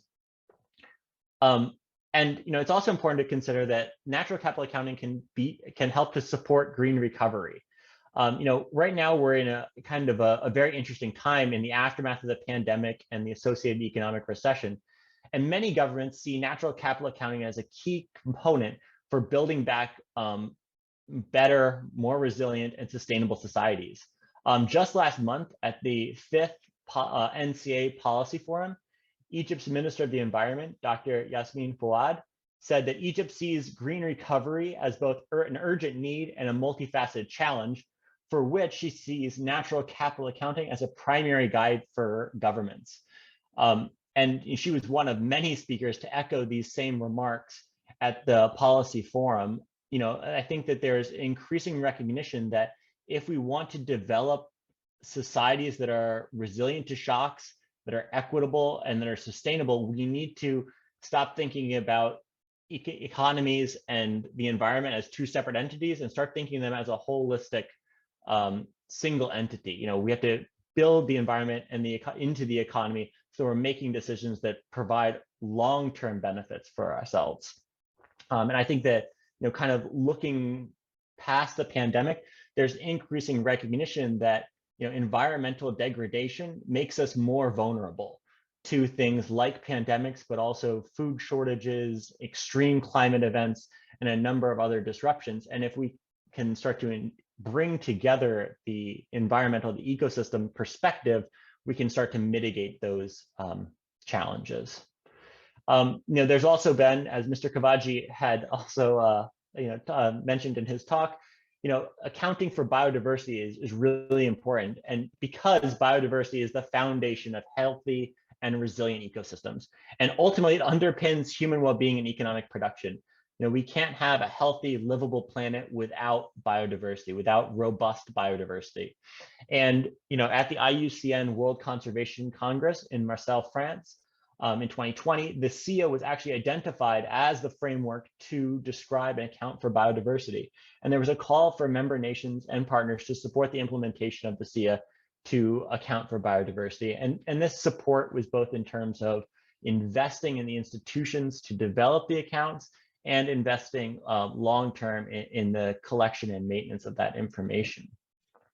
And kind of building on that, there's an increasing recognition that the Sia ecosystem accounts can provide a unifying framework for a number of international agreements, including the Sustainable Development Goals and the post-2020 Global Biodiversity Framework that Mr. Kavaji had mentioned. So the Sia, as well as things like the Gaborone Declaration for Sustainability, which has also highlighted the need for this sort of information, and multilateral institutions who are now using ecosystem accounting as a component of their of their project management. So we see that it's increasingly gaining traction and can provide this unifying framework when we're thinking about all these really important environmental commitments that we've made. So just to wrap up and provide my concluding thoughts, the ratification of the Sia ecosystem accounts provides opportunities for countries to include nature in the balance sheet. With support from organizations like GEO, we have the tools and the technology to implement ecosystem accounts at scale. And by working together with other countries, with international institutions, the tools are there to develop, the science is there to implement these accounts. And I would say as a concluding thought, the only way that we're going to be able to achieve the ambitious global targets that we've set for ourselves regarding climate, biodiversity, and human well-being is if we incorporate nature into our policies and our decision-making. It needs to be central to kind of how we develop. You know, at Conservation International, our slogan, I suppose, is people need nature to thrive. And I agree with that completely. You know, we do need nature to thrive, but I would say that it's a symbiotic relationship, and that nature needs people as well. Nature needs people to recognize its value and to allow it to thrive so that people can thrive along with it. So with that, thank you very much, and I will open the floor to questions and comments. Thank you. Thank you so much, Mr. Wright. Thank you for this valuable and worthy intervention, and I will open directly the floor for questions if any of our participants want to ask any question. Please make sure that your microphone is on and you are on the channel of the floor, please.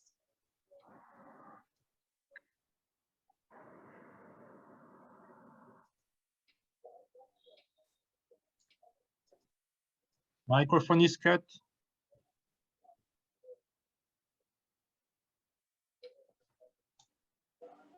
Yes.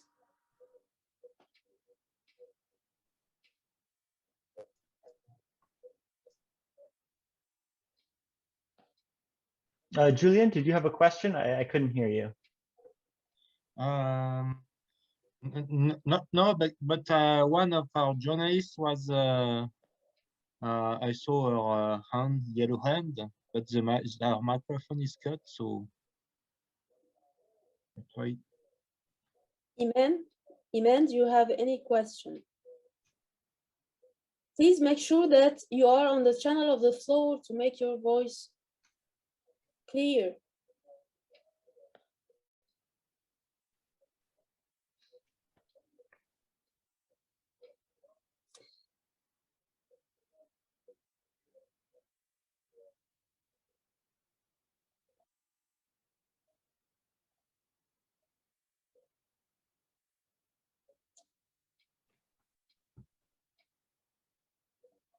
Yes.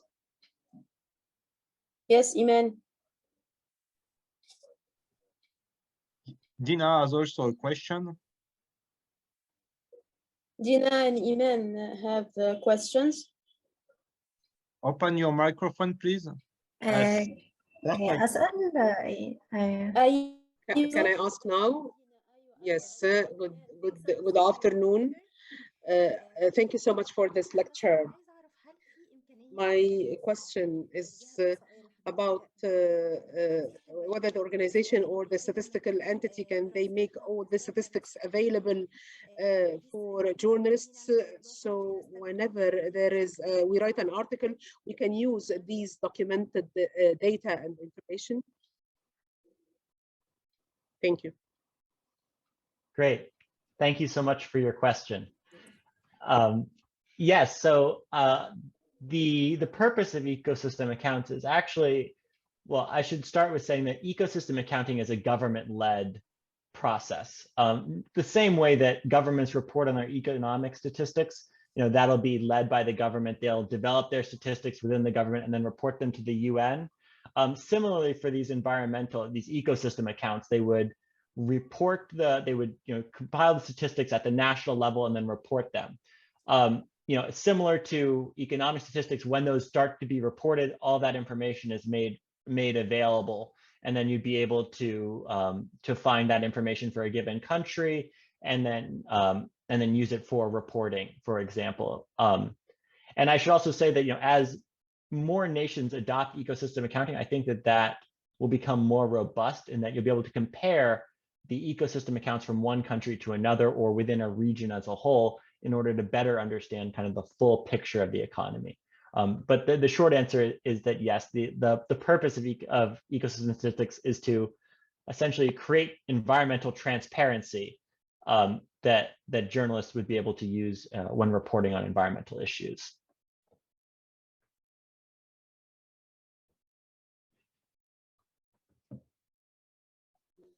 Thank you.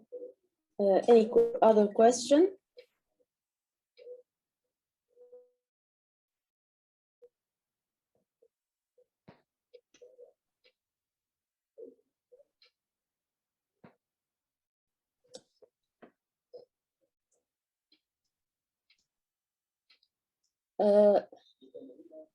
Yes, we have another question here.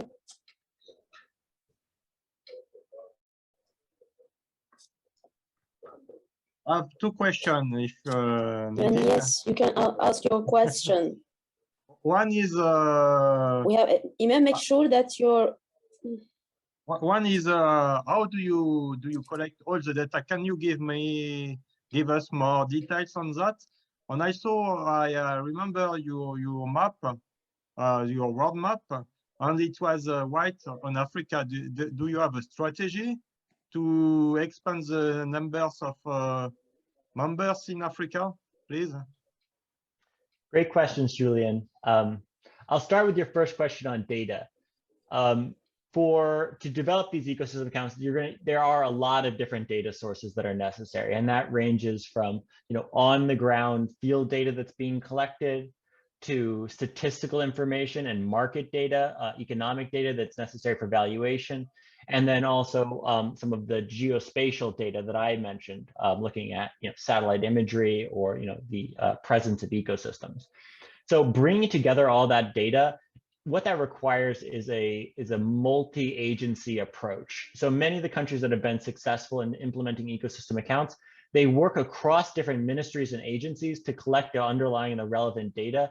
And then they have, essentially, they develop an institutional structure so that all that information can feed up into the ecosystem accounts.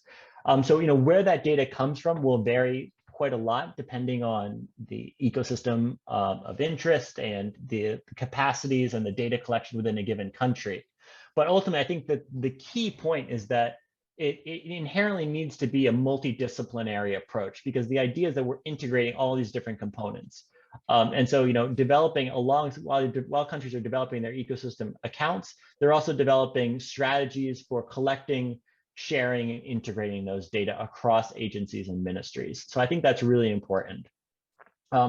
Speaking now to the adoption of SIA within Africa, I'm right there with you, Julian. I think that that's definitely an area where the SIA and the United Nations Statistical Division is really leaning in to try to gain momentum within Africa.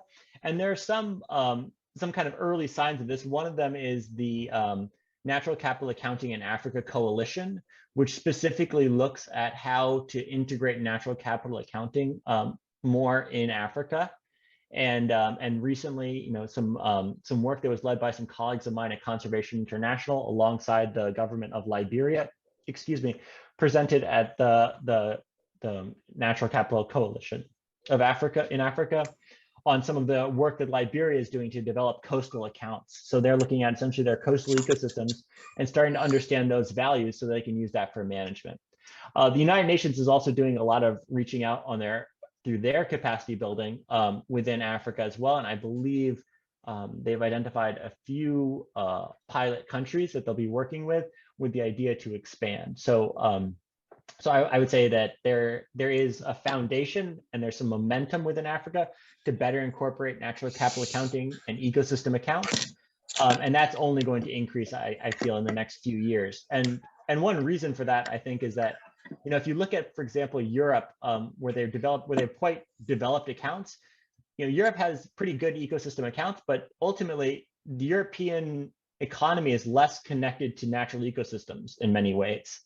So much of the natural capital has been eroded or replaced with human and other forms of capital that the value of ecosystems is probably not as high in a relativistic point of view as it is in Africa. So I think in places like Africa, that's where ecosystem accounting can truly have the greatest impact for supporting sustainable development and improving economic well-being. So yeah, short answer, yes, I would love to see a lot more adoption within Africa. Thank you very much. Of course. We have another question from Ihab.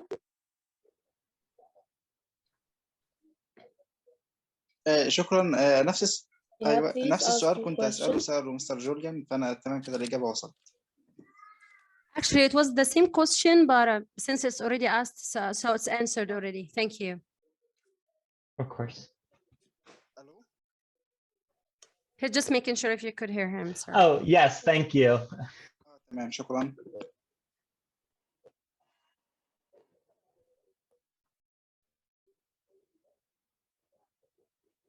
Or we can open the discussion for both our speakers, just Mr.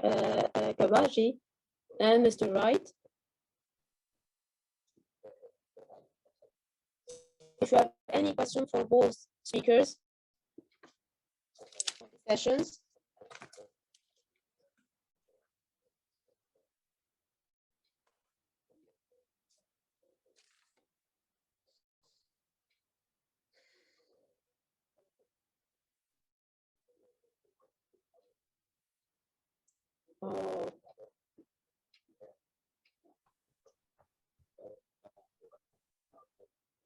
Then I think you have a problem with the mic because we cannot hear you.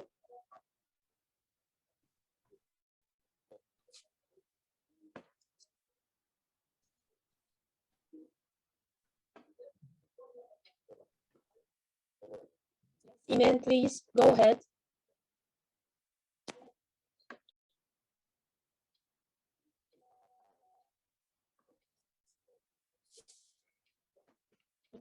Please make sure of your mic. I cannot hear you.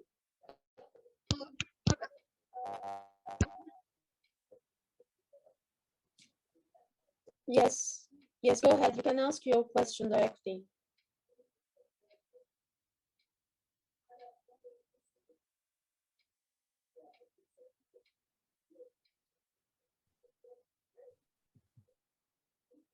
If not, just send your question, please.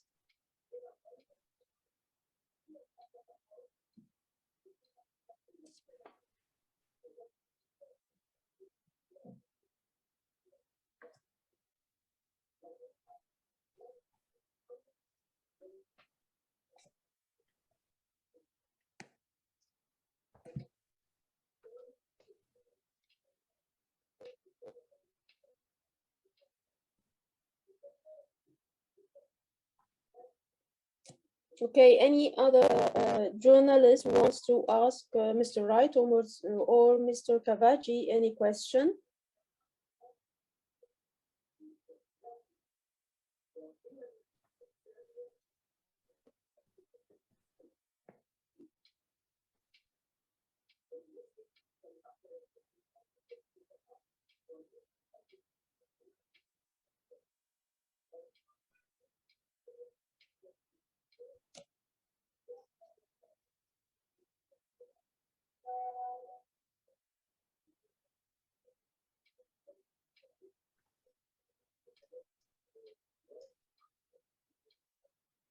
Was written in the chat that she is asking for experiences, for showing some of the experiences of some of the countries who had been able to achieve such balance between the urbanization and building new cities, while at the same time conserving the environment, the greenery. So we need some examples that can work as models that we can follow suit.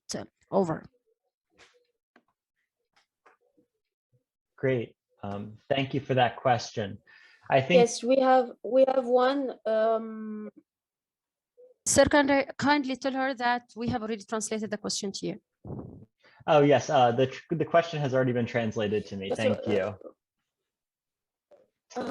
Yes. So I'll go ahead and answer the question about examples for when ecosystem accounts have been used to inform better in development decisions. I should preface the question with, I think that in almost all cases, the decision-making process is going to be very dependent on the local context, depending on the needs and priorities of the country, for example, and in their development priorities, they're going to be different from one place to another. So I should preface with that. But there are some great examples. And if you go into of how ecosystem accounts have been used, and if you go to the UN Sia ecosystem account website, they have a few case studies highlighted there. But one example that I'll provide, early on, one of the first countries to develop an ecosystem account was actually the Netherlands in Europe. And they're a very small country, and they're very data rich. They have a lot of information, and so they were able to develop quite good accounts very quickly. And when they developed their accounts, one outcome was that they realized that they had these peat land, these peat areas, peat ecosystems. They were being converted for dairy cow, for dairy. And when they did the math, and so they had government incentives that essentially incentivized dairy farmers to move into these peat ecosystems for their cows. But when they did the math through ecosystem accounting, and they started to look at the value that those peat ecosystems provide in terms of the hydrological value, the biodiversity value, and the carbon values, what they realized was actually on a per hectare basis, the peat ecosystems were more valuable intact than they were for dairy production. So the amount of money that was being raised or being generated from dairy production was less than the value of the ecosystem itself. And so the government was able to modify its policies and remove those incentives to both protect ecosystems while also making the dairy, essentially moving the dairy to areas that would be more productive or that would provide greater overall economic benefit. So that's one example. In my own work, there was an example in Peru where similarly large areas of aguajal, of an important palm swamp, was being converted into rice. And this rice production was being done, but it was not very productive rice paddies that were being that was being converted to. And when we did some economic analysis in Peru, we realized that the palm swamp actually provides a fruit, aguajal fruit, that is used for a number of different products, as well as providing firewood and building materials for local communities, habitat for biodiversity, and the aguajal has prevented flooding in nearby urban communities. And when you start looking at these benefits aguajal is provided per unit valuable than the rice that was being produced in that same area. And so this is another example of when the government had this information, they realized that they should, at first they were promoting rice production because they thought, more rice is more economic activity. But when we actually looked at the math and looked at the economics of it, the ecosystems themselves were providing much greater benefit, especially within the Department of San Martin, where this study was, than rice production was. And so the government, again, was able to modify policies to incentivize the protection of these natural ecosystems while also promoting the growth of agriculture. So those are two examples in very different contexts, but really what it highlights is how incorporating all this information just allows you to make better development and policy decisions. But yes, I do recommend checking out the unsia.org website, because in there they've got a whole lot more information and case studies. And I believe Julian will be sending around a short summary of some of the ecosystem accounting information that I had provided as well. I hope that answered your question. Thank you so much, Mr. Wright. We have two more questions for Mr. Kavaji. Could the interpreter please translate? Two more questions on the chat. One question here is what do you think about the movement of Egypt as an African country when it comes to providing enough information and data about the climate change, particularly what's relevant to biodiversity? This is the first question, sir. There's another question as well. This question has been raised by Mr. Ahmed Mustafa. The other question is, are there any journalistic experiences that you can share with us when it comes to biodiversity using data? So these are the two questions, and the question about the data and experiences in the journalistic field is raised by Ms. Iman Hassan. Over, sir. Thank you for the questions. Egypt is at the forefront, especially on biodiversity, especially when it took over the presidency of COP14. I am not able to authoritatively give data that is related to Egypt, but I think you will be able to get this. I think that tomorrow or the day after, Mustafa is going to speak to you. He's the CBD focal point and a very good negotiator in the process of CBD. It was this morning. Was it this morning? Yes. Yes, sir. Ah, yeah, okay. I think this Mr. Mustafa will be a very good source for data, exactly data on Egypt.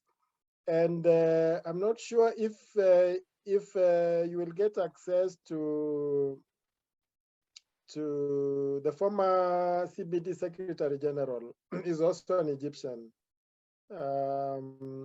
Abdallah Zidan. Abdallah Zidan is also the advisor to Minister Yasmin on biodiversity matters. So for specific data, I think I would refer you to these two. Mustafa is the CBD focal point. He's very knowledgeable. He has been there for many years. Actually, I found him. I joined this program when he was already 10 years into representing Egypt in the process. He's also a professor, I think, very well knowledgeable about Egypt. In terms of data generally, for the second question, I would like. Oops. Yes, Mr. Kavaji. Sorry, you can continue. We cannot hear you anymore. Okay, thanks. Yes. I have the mic now. In terms of data, I think that first of all, let me clarify, and Max will also add to this if he wishes. One of the biggest challenges in Africa on biodiversity, on nature, and on ecosystem services is that we lack data. There's no system of data that you can deep in and get to analyze it already. So one of the biggest challenges as we start new work, for example, what Max was mentioning, is the lack of data, and therefore the need to start very much behind as we collect data. But in several cases, for example, I can share with you the Pollination Report. The Pollination Report, which was a global assessment to find out the level of pollinators across the world, had regional issues. And one of the issues that has been covered in that report is the lack of data and the lack of published papers relating to pollinators in Africa. And then when you come within Africa, there is also a disparity between Anglo and Francophone and Arabic speaking countries. So you'll find Arabic speaking countries like Egypt, which have also a very strong English publishing tradition, they do much better than other countries that may be having Arabic and French, for example, or are predominantly French. So there is a discrepancy in data. You come to Eastern Africa, going down to South Africa, you get more data, but not sufficient data that you can speak of. But if you want a specific example, I don't have it off my mind now. I can get some examples. Max, if you have an example to share immediately, I think I would appreciate. But I can get examples of the far in between that we have that are strongly supported by robust data. Thank you. Thank you so much, Mr. Kavaji, excuse me. And I will provide just a few examples. I think you nailed the point exactly. You know, data continues to be an issue, and while I think we're getting better at data, you know, there are major discrepancies. And one way that we're looking to address that is by making more data open and transparent. You know, this idea of data interoperability. But a few data sources that journalists could use if they want to kind of dig in a little bit more into the technical and data side I would recommend would be, for example, the World Resource Institution's Global Forest Watch is a globally consistent, transparent platform that allows users or anyone to really look at environmental issues through geospatial information. And so that's, I think a really interesting resource. And then looking more specifically at Africa and thinking about GEO, the group that I had described earlier, there's a GEO initiative called Digital Earth Africa, and that's just digitalearthafrica.org. And they're starting to bring together all the satellite and geospatial information in Africa into one place so that, so that analysts and journalists and others can see all that information together and use it for storytelling and for analysis and for ultimately decision making. So those would be two resources off the top of my head that I would look at. I guess one more for biodiversity actually would be Iucn. Iucn is a global, an international organization, but they're kind of the global leaders in biodiversity mapping and biodiversity data. So that would be another resource that I would recommend looking at. And they have some, Africa-specific Iucn reports and data sets and expert working groups. I have posted in the chat the World Protected Areas database. You can filter that for Africa when it comes to protected areas coverage and things like that. Thank you so much, both of you. I have a question, please. Does the science like astronomy has to do something with all the provisions in all that happen around in nature, or no? Do you put this into consideration while you you predict something, or especially floods, volcanoes, or any other disaster? The movement of planets around Earth, is that important? I'll take an initial attempt at the question, and I'll also let Mr. Kavaji expand on it. I think that sort of information I would consider, when you think about planetary bodies moving, what that's ultimately driving in many ways is climate, right? So what that's, if you look at, particularly wet years or dry years that may be an influence of astrological changes, a lot of that is climate is really what we're talking about. And climate is super important to consider when we're thinking about environmental issues and we're planning for biodiversity. So, while, our decision-making, human decision-making is not done at an astrological scale by any matter. We're talking that's thousands of years, but we have not in astrology. Our short time. No, Max, no, I'm not talking about astrology. Astronomy. Astronomy. Astrology. Excuse me. Astronomy. My mistake. But again, yes, astronomy. There's a big difference. Yes. Yes. There's a very big difference. But for astronomy, thinking about planets, that determines long-term climate regimes. Like we're talking over continental scales, and geology is when astronomy comes in. But we're, humans are also impacting the climate on much shorter time scales because of our activities, and that's greenhouse gas emissions. That's also changes in land use and how we use the land, how we interact with habitats.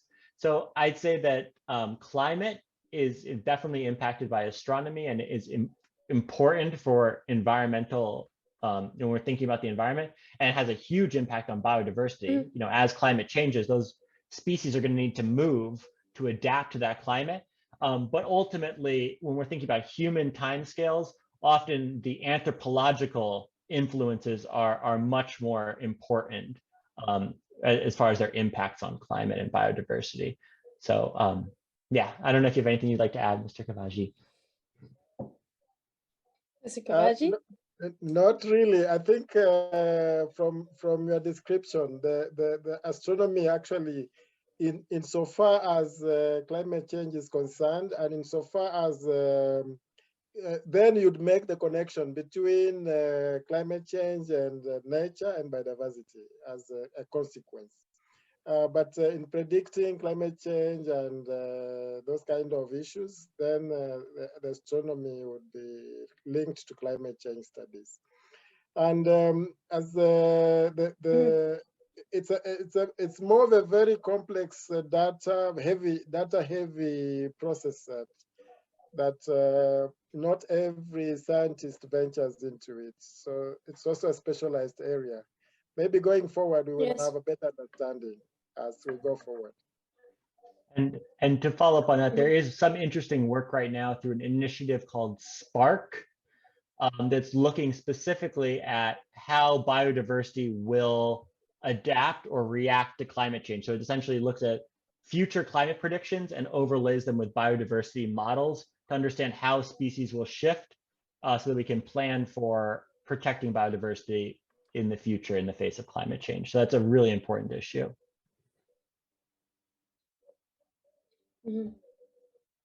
Thank you so much, both of you. I will see if you have another question on the chat.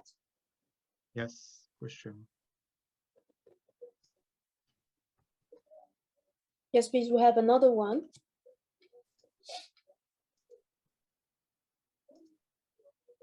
The question is in Arabic. It states that our work as journalists, it seems to be like whistleblowers to citizens and also to decision makers.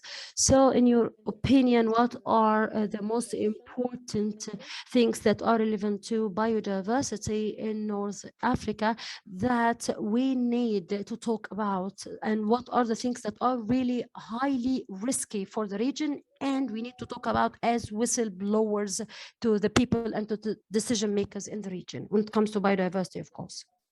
Over, sir.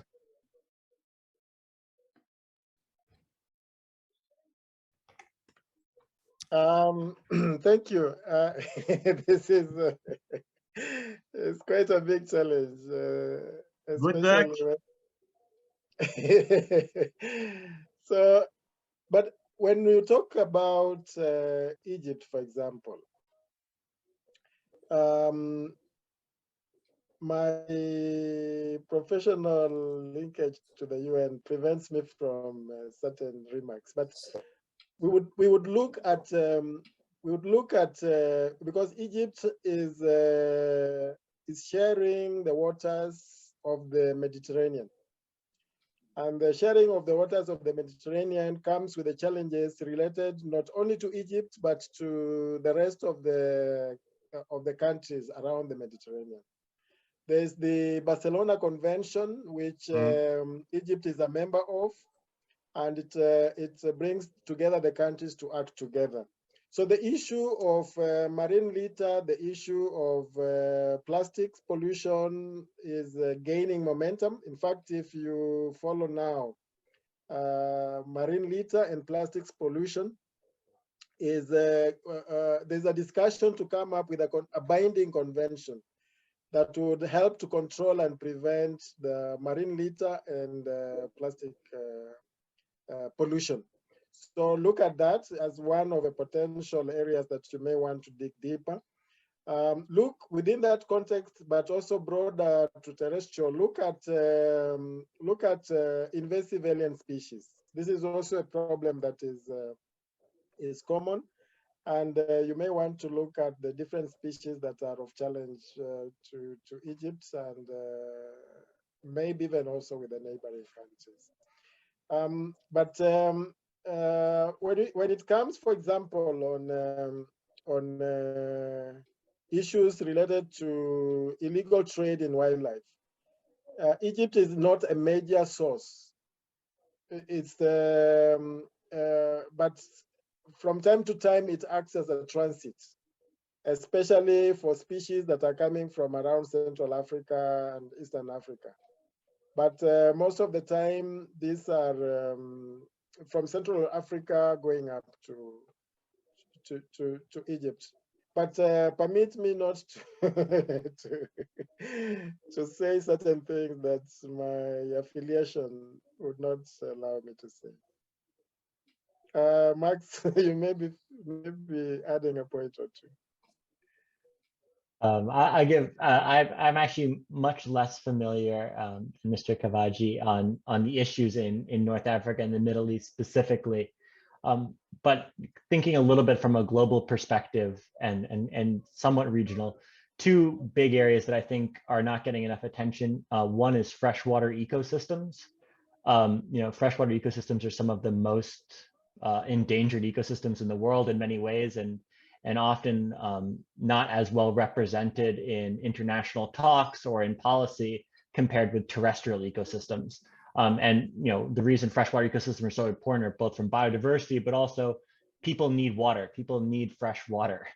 We need it for drinking. We need it for economic production. We need it for our food. So I think that's a major issue that's going to increasingly become important. And linked with that is the increasing pressures of climate change. And we know that North Africa and the Middle East are going to be some of the areas that are going to feel some of the strongest effects of climate change into the future, and therefore are going to be areas that are going to need to adapt and mitigate those effects. Thank you so much. Thank you so much for both speakers this session, afternoon session. Thank you for the interpreters who make this session successful. Thank you for your interventions. Thank you so much. I think we come to the end of this session today.